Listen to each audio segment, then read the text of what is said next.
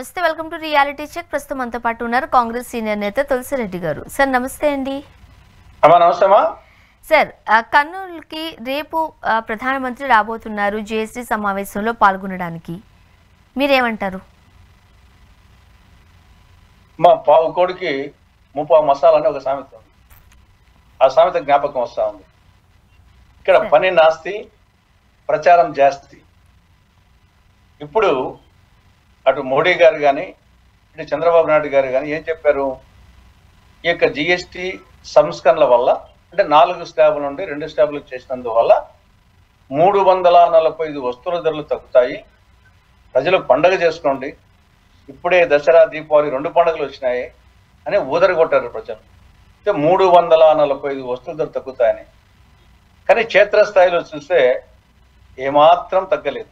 Only కొన్ని వాహనాలు, TV, కొన్ని ఎలక్ట్రికల్ గూడ్స్ ధరలు కొంచెం తగ్గాయి తప్ప మిగతా సామాన్యులు వాడే నిత్యావసర సరుకుల ధరలు ఏదీ తగ్గలేదు. యాజ్ ఇట్ ఈస్గా అవుతా ఉంది. అటువంటి పరిస్థితుల్లో అక్కడ ధర తగ్గింది లేదు, ఇక్కడ ప్రచారం మాత్రము అలాగే ప్రభుత్వ సొమ్ము. మన ఇటీవలనే అన్ని టీవీలకు అన్ని పత్రికలకు అడ్వర్టైజ్మెంట్లు, దానికి కొన్ని కోట్లు. రేపు మీటింగుకు ఒక వేదికకే, బహిరంగ సభ వేదికకే 15 కోట్ల రూపాయలు ఖర్చు అంట. దాదాపు వచ్చేసి 10,000 బస్సులు, 3 లక్షల మంది స్వచ్ఛందంగా వస్తే పర్వాలే. వాళ్ళందరూ ఎవరు? ఉపాధి హామీ కూలీలు, డాక్రా మహిళలు. 3 లక్షల మందిని 10,000 బస్సులు పెట్టి వాళ్ళకు 2 పూట్ల అన్నం పెట్టి, దానికి ఇంకా మిగతా అదనపు ఖర్చు అనేకం ఉంటాయి. కాబట్టి ఇదంతా దుబారా తప్ప ఇక్కడ నిజంగా ప్రజలకు ఒరిగింది ఏం లేదు. ఇది ఒక యాంగిల్. రెండవ యాంగిల్ తీసుకుంటే జిఎస్టీ గబ్బర్ సింగ్ ట్యాక్స్ ఎప్పుడు వచ్చింది? 2017లో, ఇప్పుడు 2025లో. 8 సంవత్సరాల పాటు 4 స్లాబ్లు, 5, 12, 18, 28 స్లాబులతో పీల్చి, ప్రజలను జలగలి పీల్చినట్టు పీల్చి, ఈ 8 సంవత్సరాలలో గబ్బర్ సింగ్ ట్యాక్స్ ద్వారా, జిఎస్టీ ద్వారా దాదాపు 55 లక్షల కోట్ల రూపాయలు ప్రజల నుండి రాబట్టి, ఇప్పుడు 8 ఏళ్ల తర్వాత ఏదో బ్రహ్మాండంగా మేలు చేసినట్టు దాన్ని 2 స్లాబులు చేసి ఈ ఏడాది 2.5 లక్షల కోట్ల రూపాయలు ప్రజలకు ప్రయోజనం కలిగిస్తున్నామని చెప్పి చెప్తున్నారు. అంటే 8 ఏళ్ల పాటు వాళ్ళ ప్రకారమైన 55 లక్షల కోట్లు లాగి దోచుకొని ఎటుందంటే బస్ స్టాండ్ లో ఒక పిక్ పాకెటర్ దొంగ ప్రయాణికుల నుండి 100 రూపాయలు కొట్టేసి పిక్ పాకెట్ చేసి, తీరా మళ్ళా ఆ బస్సు ఆ ప్రయాణికుడు బస్ ఎక్కినాక జోబు చూసుకుంటే లేకపోతే ఏడుస్తూ ఉంటాడు. మళ్ళీ ఈ పిక్ పాకెట్ వచ్చేసి ఆ 100 రూపాయలు 20 రూపాయలు ఇస్తాడు, వీడేదో పెద్ద దానం చేసినట్టు. కానీ యాక్చువల్గా 100 రూపాయలు ఇంది. ఆ విధంగా ఒక బస్ స్టాండ్ లో వచ్చేసి ఒక పిక్ పాకెట్ వాడు ఏ విధంగా చేస్తాడో ఆ విధంగా గవర్నమెంట్ ఆఫ్ ఇండియా చార్జ్ ఈడ అయింది. 8 సంవత్సరాల పాటు కర్రు కాల్చి వాతలు పెట్టి తర్వాత వచ్చేసి దానికి ఆయింట్మెంట్ పూసినట్టుంది. దానికి మళ్ళా ఒక బహిరంగ సభ అంట, దానికి మళ్ళా విపరీతమైన ఖర్చు. అది ఎక్కడ? రాయలసీమలో. రాయలసీమకు ఈ యొక్క 11 సంవత్సరాల్లో అనేక మోసాలు, అన్యాయాలు, ద్రోహాలు జరిగినాయి. ఒక విధంగా చెప్పాలంటే నవ మోసాలు జరిగినాయి. దాంట్లో ప్రధానమైంది 11 సంవత్సరాలకి వెళ్ళే కదా రాష్ట్ర విభజన తర్వాత. అక్కడ మోడీ, ఇక్కడ చంద్రబాబు, జగన్, మళ్ళీ చంద్రబాబు. ఇక్కడ ప్రధానంగా శ్రీబాగ్ ఒడంబడిక 1937 నాడు శ్రీబాగ్ ఒడంబడిక ప్రకారంగా రాజధాని, హైకోర్టు అనేవి 2 కళ్ళ లాంటివి. దీంట్లో ఒకటి రాయలసీమలో ఏర్పాటు చేయాలా, ఒకటి కోస్తా ప్రాంతంలో ఏర్పాటు చేయాలని శ్రీబాగ్ ఒడంబడిక 1937లోనే రాసుకోవడం జరిగింది. ఆ ప్రకారంగా ఆంధ్ర రాష్ట్రం అవతరించినప్పుడు, చెన్నై నుండి మద్రాసు రాష్ట్రం నుండి విడిపోయినప్పుడు ఆ ప్రకారంగా గుంటూరులో హైకోర్టు, కర్నూలులో రాజధాని పెట్టారు. ఇప్పుడు సేమ్ అదే భూభాగంతో మళ్ళా ఇప్పుడు ఆంధ్రప్రదేశ్ ఏర్పాటైంది, నవి ఆంధ్రప్రదేశ్. కాబట్టి రెండిట్లో ఒకటేమో రాయలసీమకు రావాలి కదా. కానీ కేంద్రంలో మోడీ, రాయలసీమ రాష్ట్రంలో చంద్రబాబు నాయకత్వంలోనే రెండిట్లో ఒకటి కూడా రాయలసీమకు రాలేదు. కాబట్టి రాయలసీమకు శాశ్వతమైన అన్యాయము, ద్రోహము చేశారు అటు మోడీ, ఇటు Chandrababu Naidu. That is number 1.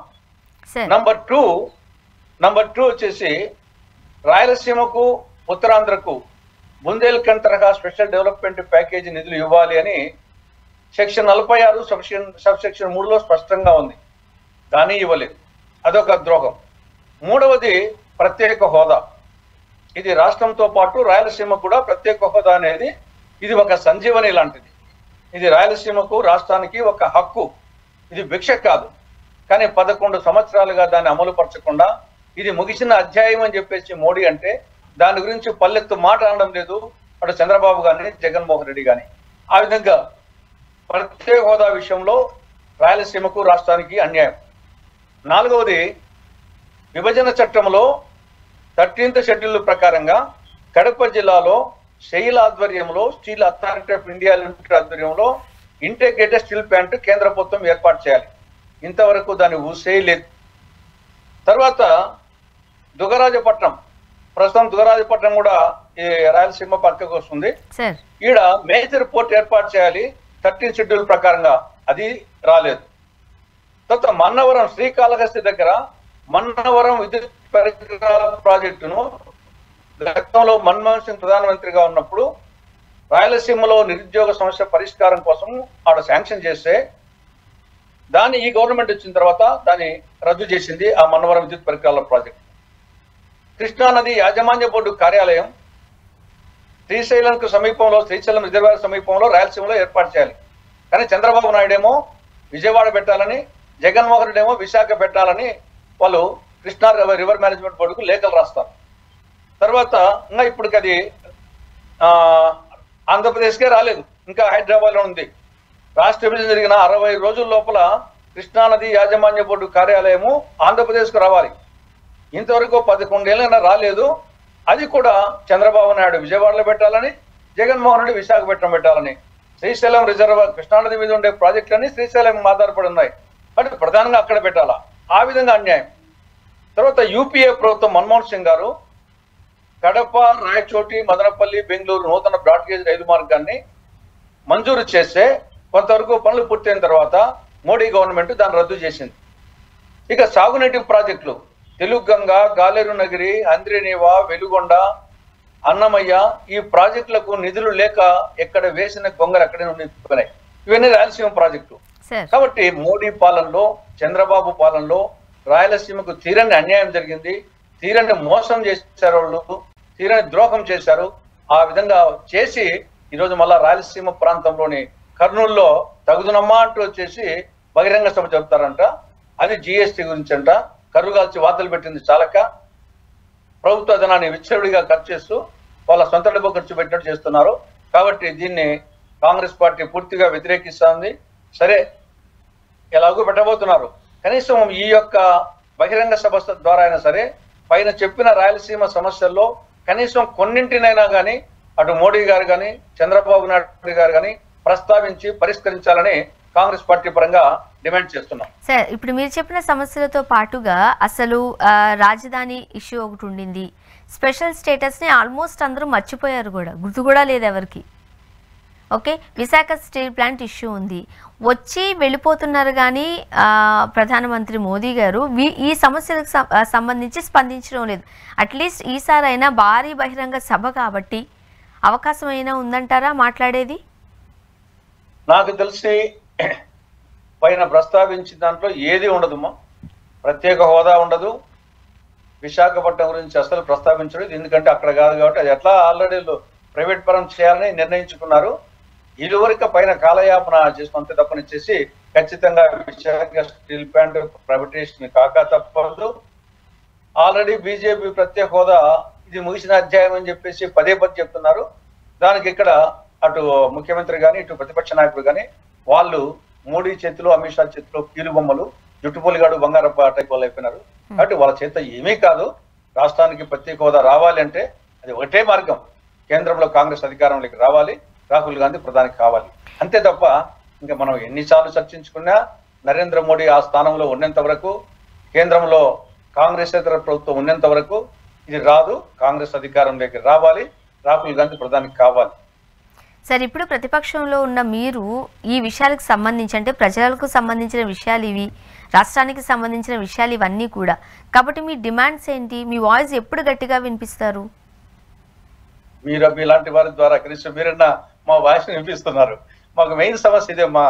Every day మేము వచ్చేసి ప్రతి సమస్య మీద మేము ప్రతిస్పందిస్తున్నాం. కానీ జగన్ కు మాకు తేడా అంటే ఆయనకు సొంత పత్రిక ఉంది, సొంత మీడియా ఉంది కాబట్టి ఆయన వాయిస్ ను అక్షరం ఒక అక్షరం కూడా పొల్లుపోకుండా ప్రజలకు చేరవేసే అవకాశం వాళ్ళకు ఉంది. మాకు అంతకంటే మా ఎక్కువ ఉంటుంది కంటెంట్, మాది వాళ్ళకంటే ముందు ఉంటుంది. నేను కానీ షర్మిల కానీ మిగతా వాళ్ళం కానీ మాకు ఆ ప్రచారం రావడం లేదు. ఇది మాకు పెద్ద ప్రతిబంధకమైంది. మేము ఎంత ప్రతిస్పందిస్తున్నా కానీ మా యొక్క బలహీనతలు ఇవి. చూద్దాం, ఇలాంటి వాళ్ళ ద్వారా అధిగమించడానికి ప్రయత్నం చేస్తున్నామా. సార్, ఇప్పుడు పవన్ కళ్యాణ్ గారు మొన్న ఒక ట్వీట్ పెట్టారు, చాలా ఆసక్తికరంగా ఉంది. అది ప్రజలకు అంటే మరీ ముఖ్యంగా యువతకు ఉచితాలు పథకాలు కాదు కావాల్సింది, వాళ్ళు అది కోరుకోవట్లేదు. 25 ఏళ్ల భవిష్యత్తు, 25 ఏళ్ల యువత ఫ్యూచర్, ఇది వాళ్ళకి కావాలి, ఉచితాలు కాదు, సంక్షేమ పథకాలు కాదు అన్నారు. ఫస్ట్ ఈ ట్వీట్ అర్థాన్ని ఎలా మనం అర్థం చేసుకోవాలంటారు? ఆయన ఫ్రమ్ ద బిగినింగ్ ఒక స్థిరత్వం లేనటువంటి వ్యక్తి. ఆయన సిద్ధాంతాలు కానీ ఆయన మాట తీరు కానీ ఎప్పుడు స్థిరత్వం ఉండదు. అది మరొకసారి స్పష్టమైంది. మీరు చెప్పిన ప్రకారంగా సూపర్ 6 ఏమనాలా?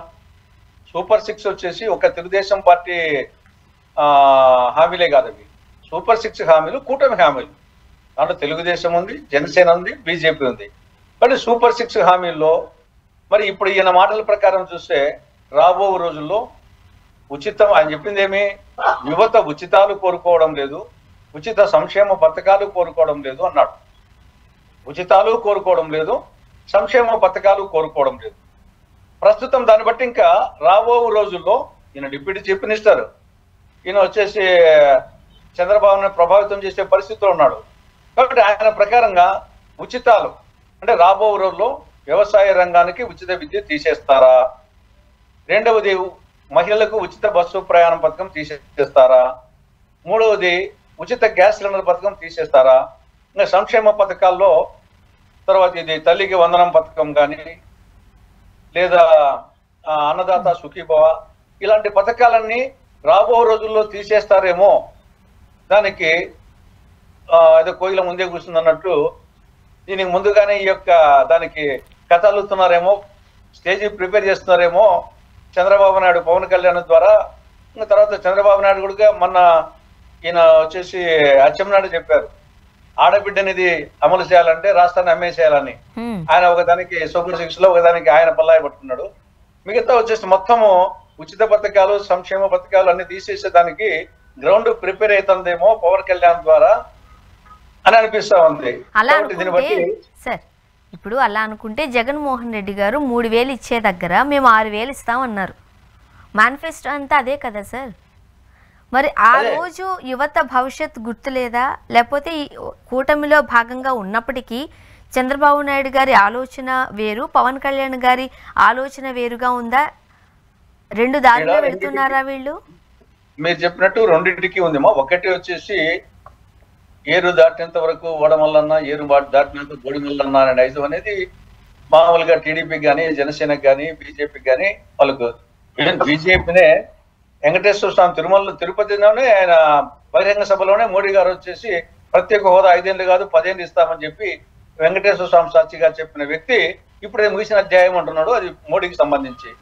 ఇంకా జనసేన ఎన్నిసార్లు పల్టీ కొట్టింది చూసాము, టీడీపీ అనేక సందర్భాల్లో పల్టీ కొట్టింది చూసాము. ఉద్యోగుల విషయంలో కానీ మిగతా ప్రతి స్కీములు ఇప్పటికీ వచ్చేసి నిరుద్యోగ వృత్తి గురించి ప్రస్తావన లేదు, ఆడబిడ్డ నిధి ప్రస్తావన లేదు, ఎస్సీ ఎస్టీ బీసీ ముస్లిం మైనార్టీలకు 50 ఏళ్ళకి పెన్షన్ ప్రస్తావన లేదు.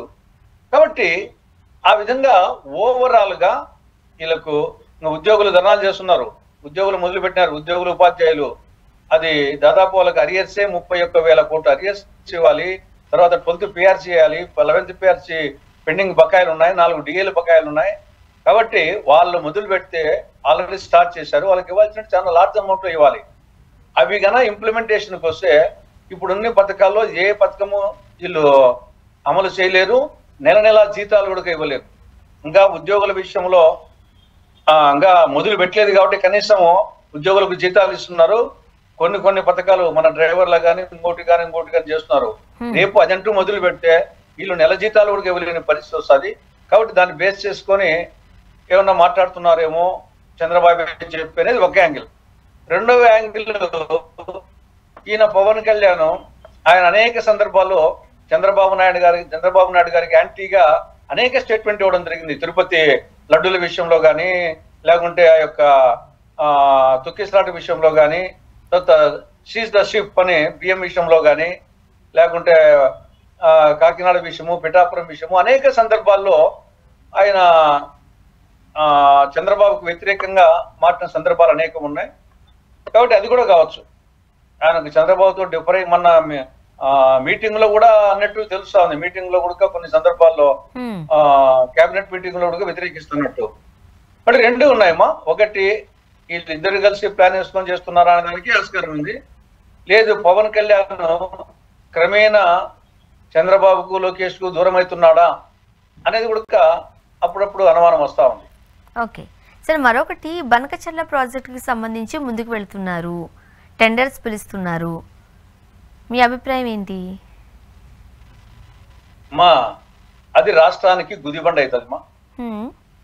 ఈ యొక్క పశువులకు బండ కాదు, గుది కట్ట కడతాంటాం పారిపోకుండా.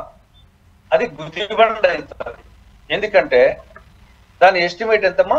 81,000 కోట్ల రూపాయలు. అమ్మకు అన్నం పెట్టని ప్రబుద్ధుడు పిన్నమ్మకు బంగారు గాజులు చేస్తున్నట్లు అన్నమయ్య ప్రాజెక్టు గేట్లు కొట్టకపోతే, గేట్లకు గ్రీస్ పూసానికి డబ్బు లేక గేట్లు కొట్టకపోయినాయి, ప్రాజెక్టు కొట్టకపోయింది. దానికి ఇంకా దిక్కు లేదు. 3 ఏళ్ళు అయినా కానీ 2001 జరిగితే ఇప్పుడు 4 ఏళ్ళు దిక్కు లేదు అన్నమయ్య ప్రాజెక్టుకు.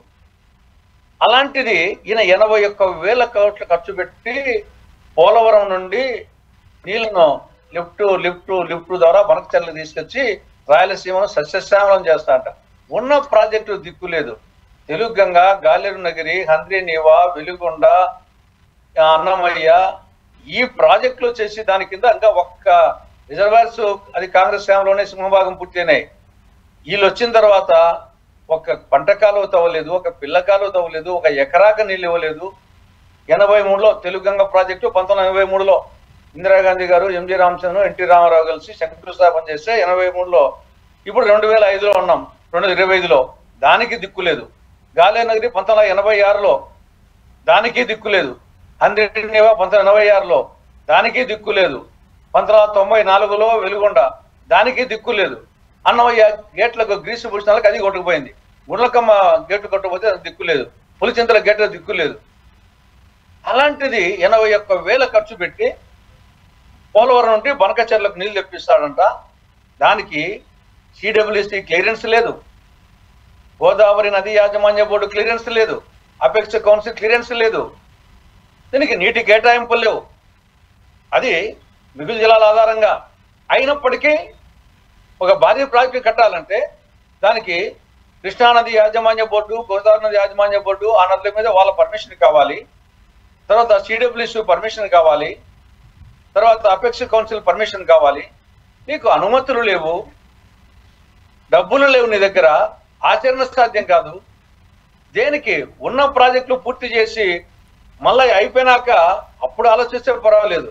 ముందు వచ్చేసి ప్లేట్లో కనీసం ఇడ్లీ అన్నా పెడితే ఆ ఇడ్లీ తిని ఆకలితో అలమటిస్తున్నాడు, సస్తాన బొత్తన ఉన్నాడు. అప్పుడు వచ్చేసి లేదు లేదు నీకు ఇడ్లీ మాత్రం పెట్టను, నీకు ఒకేసారి ఇడ్లీ, వడ, దోశ, ఉప్మా, పూరి అన్నీ పెడతా, 4 రోజులు వెయిట్ చేయనట్టుంది. ఈ లోపల వాడు వస్తాడు. ఆ ప్రకారంగా ఎంత ఆచరణ సాధ్యంగాని వ్యవహారము ఇది టోటల్ గా కాంగ్రెస్ పార్టీ వ్యతిరేకిస్తా ఉంది. దీని వలన రాష్ట్రం తీవ్రంగా నష్టపోతుంది. చేయాల్సిన పని చేయాలి. ఎప్పుడు ఏమా చెప్పండి సార్, చెప్పండి. ఎప్పుడు ఏ పని చేయాలనో అప్పుడు చేయాలి. ఇప్పుడు ఆల్రెడీ ఉన్న ప్రాజెక్టు పూర్తి చేయాలా, అది ఫస్ట్ ప్రయారిటీ. అవి అయిపోయిన తర్వాత అప్పుడు ఆలోచిస్తాం మిగులు జలాల ఆధారంగానో కొత్త ప్రాజెక్టుల గురించి. దీనికే దిక్కు లేకుండా పోతుంటే నువ్వు వచ్చేసి ఉన్న బడ్జెట్ సాగునీటి ప్రాజెక్టులకే నువ్వు మొత్తం ఈ సంవత్సరం 12,000 బడ్జెట్ కేటాయింపై 12,000 కోట్లు.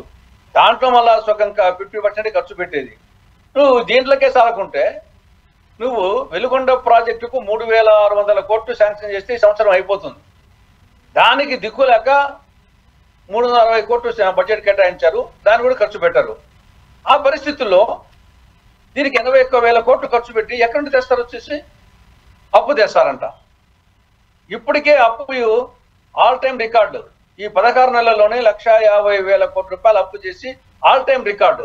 అది జాలక మళ్ళా దీనికి అప్పు తెస్తారంట. కాబట్టి ఇది Congress party tooth and nail వ్యతిరేకిస్తా ఉంది కనకచెర్ల పోలవరం ప్రాజెక్టు. ఇప్పుడు ఆల్మట్టికి సంబంధించిన ఎత్తు పెంచడం ఏపీకి వచ్చే నష్టాలు ఏంటి? మా ఆల్మట్టి ఎత్తు ఇది నాకు తెలిసి 539 అడుగులు, దాన్ని 542 అడుగులకు పెంచితే పై భాగానికి పోయితలకల్లా విస్తీర్ణం ఎక్కువగా అవుతుంది. దాదాపు వచ్చేసి 120-130 టీఎంసీలు ఈ యొక్క జస్ట్ ఈ ఎత్తు పెంచిన ఎత్తు మధ్యలోనే ఇంత అక్కడనే స్టాక్ అయిపోతాయి. ఇప్పుడు ఇది అంతర్రాష్ట్ర ప్రాజెక్ట్. కృష్ణానది మహాబలేశ్వరంలో పుట్టి మహారాష్ట్ర, కర్ణాటక, తెలంగాణ, ఆంధ్రప్రదేశ్ రాష్ట్రాల గుండా ప్రవహించి కృష్ణా జిల్లాలో హంసలదీవి దగ్గర బంగాళాఖాతంలో కలుస్తుంది 1440 కిలోమీటర్ల ప్రయాణించి. కాబట్టి దీనికి బచావతావడు ప్రకారంగా నీళ్లు నికర జలాలు ఎన్ని ఉంటాయి, ఆ నికర జలాలను మహారాష్ట్రకు, కర్ణాటకకు, ఆంధ్రప్రదేశ్కు కేటాయించడం జరిగింది ప్రాజెక్టుల వారీగా. ఇప్పుడు పై రాష్ట్రమైనటువంటి కర్ణాటక ఈ ఆల్మట్టికి దాని ఎత్తు పెంచితే పైన ఆ యొక్క 839 నుంచి 842తో 5 అడుగులు 130 టీఎంస్కి అదనంగా అక్కడ నిలిచిపోతుంది. కింద శ్రీశైలం దూరాలకు నీళ్ళు రావు, శ్రీశైలంకు నీళ్ళు రావు, నాగార్జునకు నీళ్ళు రావు. మొత్తం వచ్చేసి ఆంధ్రప్రదేశ్ ప్రాజెక్టులు ఒట్టి కుండలుగా మిగిలిపోతాయి. ఆంధ్రప్రదేశ్లో త్రాగునీటికి, సాగునీటికి, పారిశ్రామిక నీటికి, జల విద్యుత్తుకు తీవ్ర ప్రమాదం ఏర్పడుతుంది. కాబట్టి ఎట్టి పరిస్థితుల్లో ఆల్మట్టి ఎత్తు పెంచడానికి అనుమతించకూడదు.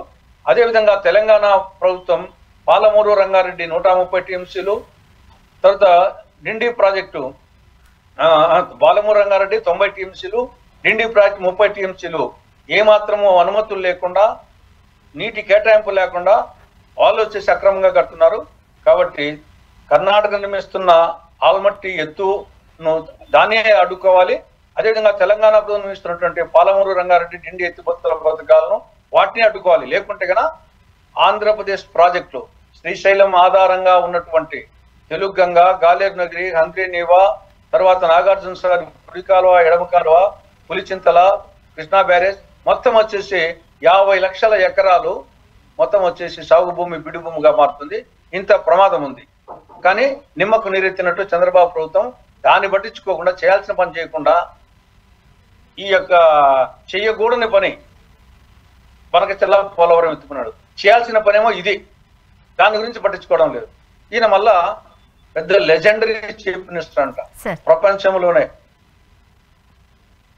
సార్, ఇప్పుడు తంబలపల్లికి సంబంధించిన ఫేక్ లిక్కర్కి ఆ కేసుకు సంబంధించి సిట్ ఏర్పాటు చేశారు. ఆ సిట్ పనితీరుకు సంబంధించి అంటే కొంతమంది ఆరోపణలు ఏంటి అని అంటే, సిట్ ఆల్రెడీ గవర్నమెంట్ చేతుల్లోనే ఉంటుంది కాబట్టి వాళ్ళకు అనుకూలంగానే ఈ వివరణలు ఇవన్నీ వస్తూ ఉంటాయి, దీనికి మళ్ళీ సెపరేట్గా సిట్ వేయడం ఎందుకు అని. మీ అభిప్రాయం ఏంటి ఈ సిట్ పట్ల? అమ్మా, అన్నమయ్య జిల్లా తంబలపల్లి నియోజకవర్గం ములకల చెరువు దగ్గర నకిలీ మద్యం కేంద్రంలో నకిలీ మద్యం తయారైంది వాస్తవం. దీన్ని ఎక్సైజ్ అధికారులే పట్టుకున్నారు. ఆడ కనీసము 1,75,00,000 రూపాయలు విలువ చేసే నకిలీ మద్యాన్ని బాటిల్స్ ను పట్టుకున్నారు. అనేక ఎంటీ బాటిల్స్, మిగతా దానికి కట్టేటన్ని. కాబట్టి ఇది ఏ నల్లపూస కాదు, అందరికీ బాగా చూశారు వచ్చేసి. కాబట్టి అక్కడ నకిలీ మద్యం తయారైంది వాస్తవం. ఇప్పుడు అది ఎవరు తయారు చేశారు? తయారు చేస్తాంటే రాష్ట్ర ప్రభుత్వం ఏం చేస్తా ఉంది? రాష్ట్రంలో అది అధికార ప్రభుత్వం యొక్క బాధ్యత కదా. అది ఎవరు చేసినా, అది తెలుగుదేశం వాళ్ళు చేసినా, కాంగ్రెస్ వాళ్ళు చేసినా, వైకాపా వాళ్ళు చేసినా, ఏ పార్టీకి సంబంధం లేని వాళ్ళు చేసినా దాన్ని కంట్రోల్ చేయాల్సిన బాధ్యత ఎవరిది? రాష్ట్ర ప్రభుత్వంది. కాబట్టి ఫండమెంటల్ గా ఇది ఏదో నల్లపూస వ్యవహారం కాదు. అయినా నల్లపూస వ్యవహారం అయితే సడన్ గా జరిగింది, అది అనుకోకుండా జరిగింది. అలా కాదు, ఇది ఓపెన్ గా ఒక రోడ్డు పక్కన అనేక వాహనాలు వస్తూ పోతూ ఉంటాయి. దానికి మద్యం తీసుకుపోయేటి, దానికి మృత పదార్థం తెచ్చేటి, అక్కడ కూలోళ్ళు, అక్కడ యంత్రాలు. మన యంత్రాలకు వచ్చేసి వినాయక చవితి రోజు భూమి పూజ, ఆయుధ పూజ కూడా చేశారంట. ఆయుధ పూజ కూడా చేసిన సందర్భంలో అది ఏ నల్లపోసిన ఎవరికి తెలియకున్నట్టుందా? అలాంటిది ఇంకా ఎక్సైజ్ అధికారులకు, పోలీస్ అధికారులకు, ప్రభుత్వానికి తెలియదంటే మీకు ప్రభుత్వానికి పాలించే అర్హత ఉందా?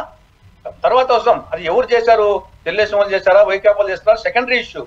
ఫస్ట్ ఇష్యూ వచ్చేసి అది ఎవరు తయారు చేసినా ఆడు తయారైతుంటే ఏం చేస్తా ఉంది ప్రభుత్వం, ఇంత దద్దమ్మ ప్రభుత్వం, చేతగాని ప్రభుత్వం అవునా కాదా చంద్రబాబు ప్రభుత్వం. ఇంకా రెండవది ఎవరు చేశారు అనేది ఇప్పుడు దీని నకిలీ మద్యం చేసింది పక్కకు పోయింది. ఇప్పుడు ఎవరు చేశారు, అది టీడీపీ వాళ్ళు చేశారా, పాత్ర ఉందా, వైకాపా పాత్ర ఉందా, ఎవరి పాత్ర ఉన్నానే నాశనమైంది ఎవరు, ప్రజలు కదా, దాన్ని కంట్రోల్ చేయాల్సింది ఎవరు, ప్రభుత్వం కదా. ఇప్పుడు టీడీపీ వాళ్ళు వచ్చేసి వీళ్ళు ఈయన ఒకరి మీద ఒకరు తోసిపుచ్చుకుంటున్నారు. ఒకరి మీద ఒకరు వచ్చేసి ఆయన రమేష్ మీద ఆయన చెప్పి జనార్దన్ రావుతో ఆయన చెప్పించడము, వీళ్ళు వచ్చేసి దీంట్లో జగన్మోహన్ రెడ్డి ఏమో ఒకేసారి దీంట్లో మొత్తం ఏడాదికి 10,000 కోట్ల రూపాయలు ఎస్టిమేట్ వేసుకున్నారు నకిలీ మద్యం ద్వారా. 10,000 కోట్లలో 30% పెద్దబాబుకు చిన్నబాబుకు అంటే చంద్రబాబుకు లోకేష్కు, 50% మంత్రికి, మిగతా టీడీపీ నాయకులకు, మంత్రి అంటే రాంప్రసాద్ రెడ్డికి మిగతా వాళ్ళకు, మిగతా 20% వచ్చేసి ఆ తయారు చేసే వాళ్ళకు, బెల్ట్ షాపుల వీళ్ళకు. కాబట్టి ఏడాదికి 10,000 కోట్ల రూపాయల పెద్ద స్కామ్ అని చెప్పేసి ఈయన జగన్ పేర్లు సహా ఆయన చెప్తున్నాడు. అంటే వీళ్ళదని వీళ్ళేమో వచ్చేసి జనార్దన్ రావుతో ఆయన చెప్పేసారు వచ్చేసి ఇది రమేష్ చేయమంటే చేశాను అని చెప్పేసి ఆయన చెప్తున్నాడు. కాబట్టి ఇది ఒకరి మీద ఒకరు వేసుకొని దీన్ని డైవర్షన్ చేస్తున్నారు తప్ప అసలు జరిగిందేమో వాస్తవం కదా, దానికి ప్రభుత్వం బాధ్యత వహించాలి. కాబట్టి ఏదో ఒకటి దర్యాప్తు జరగాల, అటు సిట్టో అటు సిబిఐ జరపాలి, తప్పదు. సిబిఐ వచ్చేసి కేంద్ర ప్రభుత్వాన్ని, సిట్ వచ్చేసి రాష్ట్ర ప్రభుత్వాన్ని. కాబట్టి సిట్తో జరిపితే తమకు వ్యతిరేక వాళ్ళ మీద కేసులు పెడతారనేది ప్రతిపక్ష పార్టీలు, ప్రత్యేకించి వైకాపా ఆరోపణ. సిబిఐ అనేది ప్రస్తుత పరిస్థితుల్లో కోర్టులను ఆదేశించాలి, రాష్ట్ర ప్రభుత్వాన్ని అడగాలి. రాష్ట్ర ప్రభుత్వం అడిగితే మా సిట్ వచ్చేసి మా పోలీసు చేతగాని పోలీసుని ఒప్పుకోవాల్సి వస్తుంది. కాబట్టి రాష్ట్ర ప్రభుత్వం అడగదు. ఒకవేళ దాంట్లో తెలుగుదేశం వాళ్ళే ఉంటే కన్నా, ఎందుకంటే ఇక్కడ టీడీపీ లోకల్ జయచంద్రారెడ్డి మన కంటెస్టెడ్ క్యాండిడేట్ అనేది కొంత వస్తుంది కాబట్టి అనేది ఒకటి వస్తూ ఉంది. ఇంకా రెండవది మరి హైకోర్టు నుండి ఇవ్వాలంటే అది ప్రభుత్వంగా పోదు, తెలుగుదేశం పార్టీ వాళ్ళు పోరు, కూటమి పార్టీ వాళ్ళు పోరు, మిగతా వాళ్ళన్న పోవాలి, వైకాపా వాళ్ళని పోయి కోర్టు ద్వారా. కాబట్టి ఆ రెండే మార్గాలు వచ్చేసి కోర్టు ద్వారా తెలుసుకోవాల్సిందే, లేకుంటే రాష్ట్ర ప్రభుత్వం మాత్రం సిబిఐని అడగదు. కాబట్టి అడగనంత వరకు సిబిఐ రాదు. ప్రస్తుతానికి వీళ్ళు సిట్ అంటారు, వాళ్ళు సిబిఐ అంటారు. ఆ సిట్టు స్టాండ్ సిబిఐలోనే మొత్తం నకిలీ మధ్య మళ్ళా జరుగుతూ ఉంది. ఇదేమో కథ కంచికి మనం ఇంటికి అని చెప్పేసి మళ్ళీ జరుగుతూనే ఉంటుంది. చూద్దాం సార్ ఏం జరగబోతుంది. థ్యాంక్ యూ సో మచ్ అండి, మీ అభిప్రాయాలు పంచుకున్నారు సార్. Thank you sir.